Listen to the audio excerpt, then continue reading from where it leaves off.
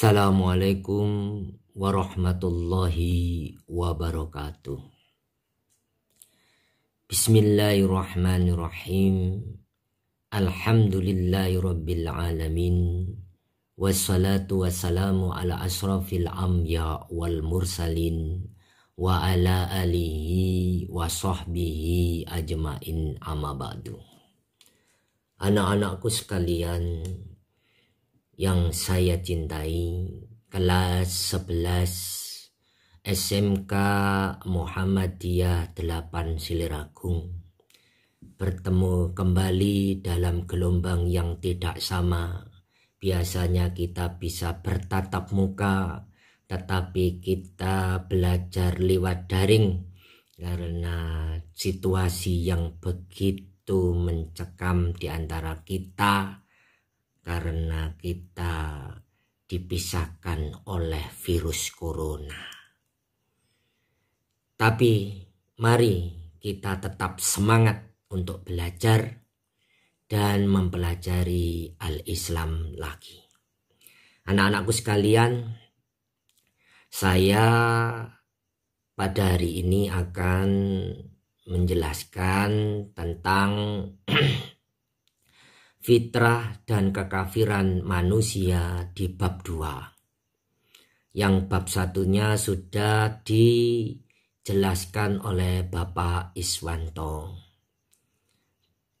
Oleh sebab itu, marilah kita sebelum belajar, kita seperti biasanya berdoa menurut agama kita masing-masing. Berdoa mulai.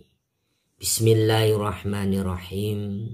Raditu billahi robba wa bil islami dina wa bi muhammadin nabiyya wa rasula rabbi sidni ilma warzuqni fahma. Amin amin ya rabbal alamin.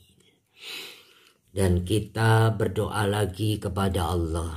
Mari kita berdoa. Ya Allah, ya Tuhanku, tunjukilah kami ke jalan-Mu yang lurus. Jangan gelincirkan hati kami kepada kekufuran, kefasikan dan kemaksiatan.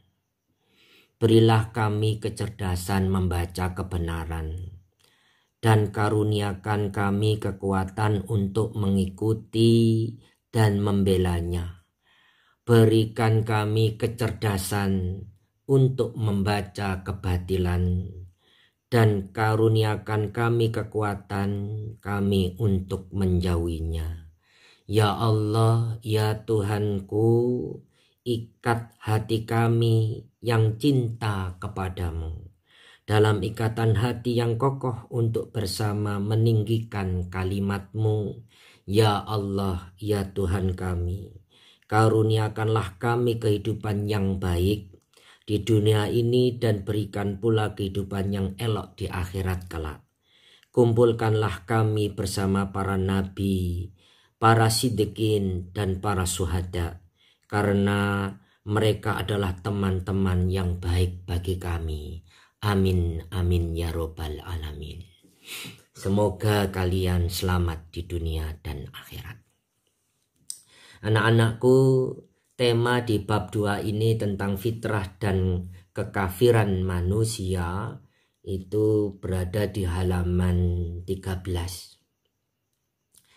Arti daripada fitrah adalah suci atau kesucian, atau asal kejadian, atau agama yang lurus. Dan kafir itu artinya ingkar atau pengingkaran terhadap sesuatu. Tujuan untuk belajar tema pada hari ini adalah agar seluruh siswa kelas 11 bisa memahami bahwa dirinya itu adalah fitrah atau suci, dan sebisa mungkin kamu menghindari dari kekafiran. Bahasannya adalah satu, fitrah manusia. Yang kedua adalah kekafiran manusia. Anak-anakku sekalian, fitrah menurut bahasa berarti adalah kesucian. Asal kejadian atau agama yang benar. Kalau kita memahaminya sebagai agama yang benar, maka hal tersebut menuntut keserasian hubungan antara batin dan lahir atau hubungan vertikal dan horizontal. Maknanya manusia secara naluriah menyadari ada hal yang maha kuasa di luar dirinya, yaitu adanya Tuhan, Allah Subhanahu wa Ta'ala. Manusia juga dalam hidupnya menyukai kesucian dan butuh hidup bermasyarakat secara harmonis. Sifat ini terbawa sejak asal kejadiannya atau kelahirannya. Karena kesibukan dan dosa-dosa yang dilakukannya, maka fitrah itu menjadi lemah frekuensinya, sebagaimana firman Allah yang termaktub di dalam Quran surat As-Sam ayat 9-10. A'udzu billahi minasyaitonir rajim. Bismillahirrahmanirrahim. Qad aflaha man zakkaha wa qad khaba man dassaha. Artinya, sesungguhnya beruntunglah orang yang mensucikan jiwanya itu, dan sesungguhnya merugilah orang yang mengotorinya. Di dalam bahasan pertama, yaitu kita akan membahas tentang fitrah manusia. Di dalam Quran surat Al-A'raf ayat 172, Allah telah berfirman, A'udzu billahi minasyaitonir rajim. Bismillahirrahmanirrahim. Wa idza akhadha rabbuka man bani adama min duhurihim dzurriyyatahum wa ashhadahum ala anfusihim alastu birabbikum qalu bala syahidna an taqulu yaumal qiyamah inna kunna an hadza ghafilin, yang artinya, dan ingatlah ketika Tuhanmu mengeluarkan keturunan anak-anak Adam dari sulbi mereka, dan Allah mengambil kesaksian terhadap jiwa mereka seraya berfirman, bukankah aku ini Tuhanmu, wahai manusia? Mereka menjawab, betul, engkau Tuhan kami. Kami menjadi saksi. Kami lakukan yang demikian itu agar di hari kiamat kamu tidak mengatakan, sesungguhnya kami Bani Adam adalah orang-orang yang lengah terhadap ini, keesaan Tuhan. Mari kita telaah tentang surat Al-A'raf ayat 172 ini.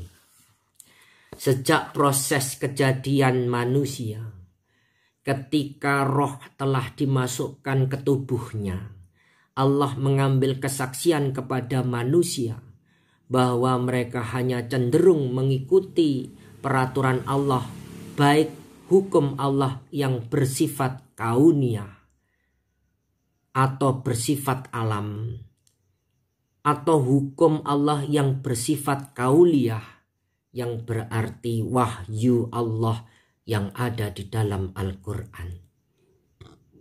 Potensi kekuatan rohani yang cenderung untuk mengikuti firman Allah Subhanahu wa Ta'ala, terutama masalah tauhid, disebut fitrah. Al-Quran menyatakan, fa'akim wajhaka lid-dini hanifah fitratallahi allati fataran nasa 'alaiha la tabdila li khalqillah dzalikad dinul qayyimu walakinna aksaran nasi la ya'lamun. Artinya, maka hadapkanlah wajahmu dengan lurus kepada agama Allah. Tetaplah atas fitrah Allah yang telah menciptakan manusia menurut fitrah itu. Tidak ada perubahan pada fitrah Allah, itulah agama yang lurus, tetapi kebanyakan manusia tidak mengetahui.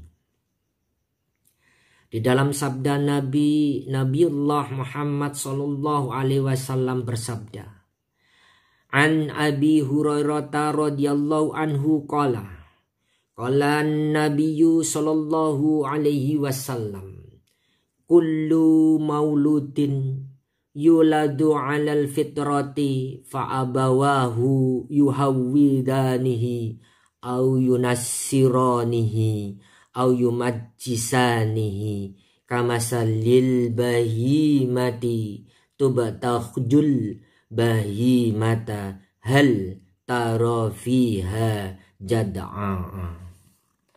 Yang artinya, dari aku Abu Hurairah radhiyallahu anhu, Rasulullah sallallahu alaihi wasallam bersabda, setiap bayi yang lahir dalam keadaan fitrah, maka kedua orang tuanya mengarahkannya menjadi Yahudi, Nasrani, atau Majusi. Sebagaimana seekor binatang melahirkan anaknya secara utuh. Secara utuh, apakah kamu melihat ada cacat binatang yang baru lahir itu? Dalam pergumulan hidup anak-anakku, fitrah dihadapkan dengan dorongan hawa nafsu yang suka menyuruh manusia agar berbuat buruk. Sekaligus berhadapan dengan godaan eksternal dari iblis, setan, dan jin yang menampakkan begitu indah setiap perbuatan nista. Pergumulan tersebut, fitrah tersebut mendapat kemenangan. Dan ia selalu menang, maka manusianya akan dikendalikan olehnya sehingga selalu berada pada jalan kebenaran. Taat kepada Allah dan Rasul-Nya, serta menjaga diri dari noda dan dosa. Manusia seperti ini meraih rahmat dan kemenangan hidup. Sebaliknya, bila fitrah mengalami kekalahan dalam pergolakan melawan keduanya, maka fitrah akan terus memberontak. Seandainya ia terus dikalahkan, ia pun akan lumpuh tidak berdaya dan manusianya akan dikendalikan oleh hawa nafsunya yang cenderung pada keburukan. Manusia yang fitrahnya sudah lumpuh berarti hati nuraninya mati, matanya tidak berfungsi untuk membedakan jalan yang terang dari jalan kegelapan hidup, dan telinganya tuli terhadap kebenaran. Dari sinilah manusia semakin mudah dan senang berada dalam kegelapan hidup menuju kekafiran, sehingga mengalami penderitaan dan siksaan yang mengingatkan manusia untuk kembali mendekat kepada Allah. Di antaranya ketika manusia mengalami musibah atau mendekati ajalnya. Hal ini pernah terjadi ketika Raja Fir'aun menghadap sakaratul maut. Allah telah berfirman di dalam Quran surat Yunus ayat 90. Hingga di saat Fir'aun itu hampir tenggelam, berkatalah dia, saya percaya bahwa tidak ada Tuhan melainkan Tuhan yang dipercaya oleh Bani Israel. Dan saya termasuk orang-orang yang berserah diri kepada Allah. Bahasan yang kedua adalah kekafiran manusia. Di dalam Quran surat Al-Baqarah ayat 28, Allah telah berfirman, Kaifa taqfuruna billahi wa kuntum amwatan fa'ahyakum summa yumitukum summa yuhyikum summa ilahi turja'un. Yang artinya, mengapa kamu kafir kepada Allah padahal kamu tadinya mati, lalu Allah menghidupkan kamu, kemudian kamu dimatikan dan dihidupkannya kembali, kemudian kepadanya lah kamu dikembalikan. Di dalam surat Al-Baqarah ayat 28 ini mengandung arti, yaitu mengajak orang-orang kafir untuk mengevaluasi diri terhadap proses perjalanan hidup manusia. Bahwa siklus kehidupan manusia dari suatu yang mati, kemudian bisa hidup, lalu mati dan dihidupkan kembali. Manusia terbentuk dari sel-sel hidup, terdiri dari molekul-molekul dari atom. Di samping berada pada zat-zat yang organik, atom juga terdapat pada unsur-unsur non-organik atau mati. Allah menguraikan asal-usul terciptanya manusia yang bahan dasarnya berasal dari zat yang mati yang terdapat di berbagai macam tanah. Sol-sol kal fahar, tanah yang keras seperti tembikar, itu terdapat di dalam surat Ar-Rahman ayat 14. Sol-sol min hama'im masnun, tanah liat yang kering yang berasal dari lumpur yang hitam. Quran surat Al-Hijr ayat 28. Tin, tanah as-sajdah ayat 7. Tin lazib, tanah liat As-Saffat ayat 11. Turab, tanah Ali Imran ayat 59. Dari bahan-bahan inilah Allah menciptakan Nabi Adam alaihissalam. Selanjutnya keturunannya diciptakan dari bahan tersebut yang diserap melalui makanan dan minuman, yang kemudian menjadi nutfah atau air mani. Allah subhanahu wa ta'ala telah berfirman, Inna khalaqnal insana min nutfatin amsajim nabtalihi faja'alnahu sami'am basiro. Yang artinya, sesungguhnya kami telah menciptakan manusia dari setetes mani yang bercampur, yang kami hendak mengujinya dengan perintah dan larangan. Karena itu kami jadikan dia mendengar dan melihat. Ayat berikutnya adalah falyanduril insanu mimma khuliqa mimma indafik yakhruju mim bainis sulbi wat tara'ib. Yang artinya, maka hendaklah manusia memperhatikan dari apakah dia diciptakan. Dia diciptakan dari air mani yang dipancarkan, yang keluar dari antara sulbi laki-laki dan tulang dada perempuan. Quran surat Tariq ayat 5-7. Setelah manusia hidup dan berkembang, semakin hari bertambah usia, lalu meninggal dunia. Allah berfirman di dalam Quran surat Ali Imran 185. Tiap-tiap yang berjiwa akan merasakan mati, dan sesungguhnya pada hari kiamat sajalah disempurnakan pahalamu. Barang siapa dijauhkan dari neraka dan dimasukkan ke dalam surga, maka sungguh ia telah beruntung. Kehidupan di dunia itu tidak lain hanyalah kesenangan yang memperdayakan. Quran surat Ali Imran ayat 185. Manusia yang sudah meninggal, baik yang dikubur maupun yang tidak dikubur, semuanya akan dibangkitkan oleh Allah. Hidup lagi untuk mempertanggungjawabkan amalnya saat hidup di dunia. Firman Allah di dalam surat Al-Hajj ayat 7, Allah telah berfirman, wa annas sa'ata atiyatul la raiba fiha wa annallaha yab'asu man fil kubur. Artinya, dan sesungguhnya hari kiamat itu pastilah datang. Tak ada keraguan padanya, dan bahwasannya Allah membangkitkan semua orang yang ada di dalam kubur. Oleh sebab itu anak-anakku, demikian yang bisa saya sampaikan. Semoga kalian tetap mempertahankan fitrahmu dan menghindari perbuatan-perbuatan yang mengingkari fitrah yang diberikan Allah kepada kita. Oleh sebab itu anakku, marilah kita tutup pelajaran pada hari ini. Jangan lupa dikerjakan tugasnya psikologi ya. Nanti di psikologi dilihat ya dari tugas Pak Sigit. Kita tutup dengan bacaan Alhamdulillah dan kita berdoa bersama-sama. Bismillahirrahmanirrahim.